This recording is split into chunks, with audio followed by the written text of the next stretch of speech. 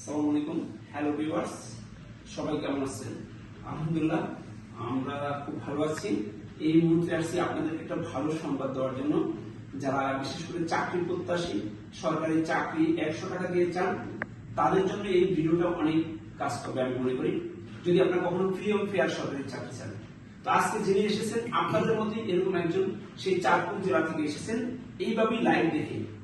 তো একদিন সরাসরি চলে আসছিলেন ঢাকা বসতে আসলে কি সরকারি চাকরি এভাবে হয় সেটা দেখার জন্য। অবশেষে সেই লোকটা দেখতে এসে ভর্তি হলো এবং আজকে তার সেই চাকরিটা হয়ে গেল। আমি বলছিলাম চাঁদপুর জেলার জনাব মোহাম্মদ নুরুল হুদা মিরাজের কথা, যিনি এই কিছুক্ষণ আগে চাকরি পেয়েছেন সেতু কর্তৃপক্ষে, সেতু বিভাগে অফিস সহকারী কাম কম্পিউটার মুদ্রাক্ষরিক পদে। এটা ছিল তার দ্বিতীয় ভাইবা, আমি যদি ভুল না করছি। জি মিরাজ, আপনার পরিচয়টা যদি একটু বলতেন।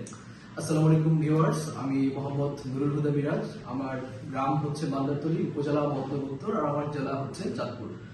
আমি গ্রিন ইউনিভার্সিটি অফ বাংলাদেশ থেকে টেক্সটাইলের উপর বিএসসি কমপ্লিট করেছি। তো প্রথম থেকেই আমার ইচ্ছে ছিল যে গভর্নমেন্ট জব করার। তো গভর্নমেন্ট জবের কথাই যখন আমার মাথায় আসে তখন আমি বিভিন্ন কোচিং সেন্টারের খোঁজ দিতে থাকি, যেখান থেকে আমি আসলে আমার গভর্নমেন্ট জব পাওয়ার ক্ষেত্রে আমার অনেক বেশি সহায়ক হবে। তো সেক্ষেত্রে আমার কাছে সব বিচার বিবেচনা করে মনে হয়েছে যে বহুভাষী হচ্ছে শ্রেষ্ঠ প্রতিষ্ঠান। কারণ বহুভাষীর পেজে আমি অনেক আগে থেকেই ফলো করতাম এবং বহুভাষী স্টুডেন্টদের যে সফলতা সরকারি চাকরির জগতে এসব দেখার পর আমার মনে হয়েছে যে বহুভাষী এমন একটি প্রতিষ্ঠান যেখানে গেলে আমি অবশ্যই সরকারি চাকরি পাবো। মানে নিজের ভিতরে একটা আত্মবিশ্বাস আমার কাজ করেছে। তো সেই হিসাবে আমি বহুভাষীতে আসি এবং বহুভাষীর যে শিক্ষক এবং আমাদের যে পরিচালক পরিচার সবার আন্তরিক পরামর্শে আমি খুব অল্প সময়ে মাত্র 8 মাসের মধ্যে আমি আমার যে কাঙ্ক্ষিত যে সফলতাই পাই। এটা ছিল আমার দ্বিতীয় ভাইবা। তো সবাই আমার জন্য দোয়া করবেন, আর যদি সরকারি চাকরি ফ্রি এবং ফেয়ার ভাবে চান তাহলে অবশ্যই বহুভাষীতে আসবেন। কারণ বাংলাদেশে অনেক কোচিং সেন্টার আছে, কিন্তু বহুভাষী এর মধ্যে শ্রেষ্ঠ একটি প্রতিষ্ঠান। এর উদাহরণ আমি নিজেই, কারণ আমি অনেক যাচাই বাছাই করার পরেই বহুভাষীতে এসেছি এবং আমি আজকে আমার সফলতা দেখা পেয়েছি। তো সবাই সরকারি চাকরির জন্য অবশ্যই বহুভাষীতে আসবেন। ইনশাল্লাহ আপনাদের স্বপ্ন পূরণ হবে। শুধু একটি জব নয়, একাধিক জব আপনারা পাবেন ইনশাআল্লাহ। তো সবাই আমার জন্য দোয়া করবেন, সবার জন্য অনেক অনেক শুভকামনা। আরেকটা বিষয় হলো আপনার যে রুমে থাকতেন মেসে, আপনারা 4 জন ছিলেন। 4 জনের 3 জনই চাকরিজীবী, আর একজন আছে। কেউ কত কত মাস ছিল, মানে একটু যদি বলতেন। 5 থেকে 6 মাসের মধ্যে সবার জব হয়ে গেছে। ভিউয়ার্স, আপনাদেরকে অসংখ্য ধন্যবাদ। আমাদের নুরুল হুদা মিরাজ খুব সহজেই কথাগুলো উপস্থাপন করেছেন। এই ঢাকা বহুভাষীর কথা বলেছেন তার এই সফলতার কথা, বলছিলেন তার লেখাপড়ার কথা, বলছিলেন তার গ্রামের কথা। এবং আপনাদেরকেও জানিয়ে রাখছেন যদি কখনো আপনার ফ্রি এবং ফেয়ার সরকারি চাকরি চান নিজের মেধায়, তাহলে এই ঢাকা বহুভাষী সে বলছিল তার দেখা একটা শ্রেষ্ঠ প্রতিষ্ঠান যার কোনো শাখা নেই। আরেকটা বিষয়, আমাদের এটার কিন্তু কোনো শাখা নেই ভিউয়ার্স, একটাই মাত্র, আগারগাঁও তালতলা।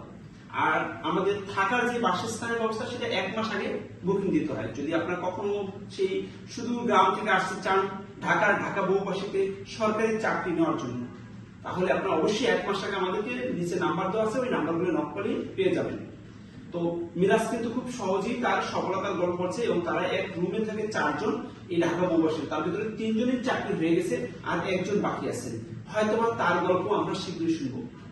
আমি জানি না আপনারা কে কে এই গল্প দেখছেন, অবশ্যই আপনারা কোথায় থেকে দেখছেন সেটা অবশ্যই কমেন্টে জানিয়ে দেবেন। তো আপনাদেরকে অসংখ্য ধন্যবাদ। এবং আপনার পরিবারের ভবিষ্যতে হাসি ফুটিতে চান এই 100 টাকা দিয়ে সরকারি চাকরির মাধ্যমে, তাহলে মিরাজ যেটা বলছিল যে ঢাকা বহুভাষীর বিকল্প নেই, তেমনটা আমিও বলছি।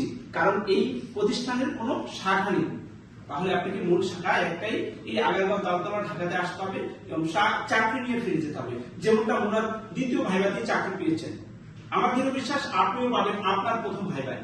কারণ এমনটাই দেখছি প্রতিদিন ঢাকা বহুভাষীর এই সফলতার পাতা। তো ভিউয়ার্স, সে পর্যন্ত ভালো থাকবেন। যদি আপনাদের একটু লেগে থাকে এবং এই মিরাজের কথা যদি আপনাদের হৃদয়ে লেগে থাকে, আশা করি আপনিও একদিন এই মিরাজের গল্প বলবেন যে আমি সেই মিরাজ ভাইয়ের গল্প দেখে আসছিলাম, যিনি চাঁদপুর জেলা থেকে এসেছেন একটি সরকারি চাকরির জন্য।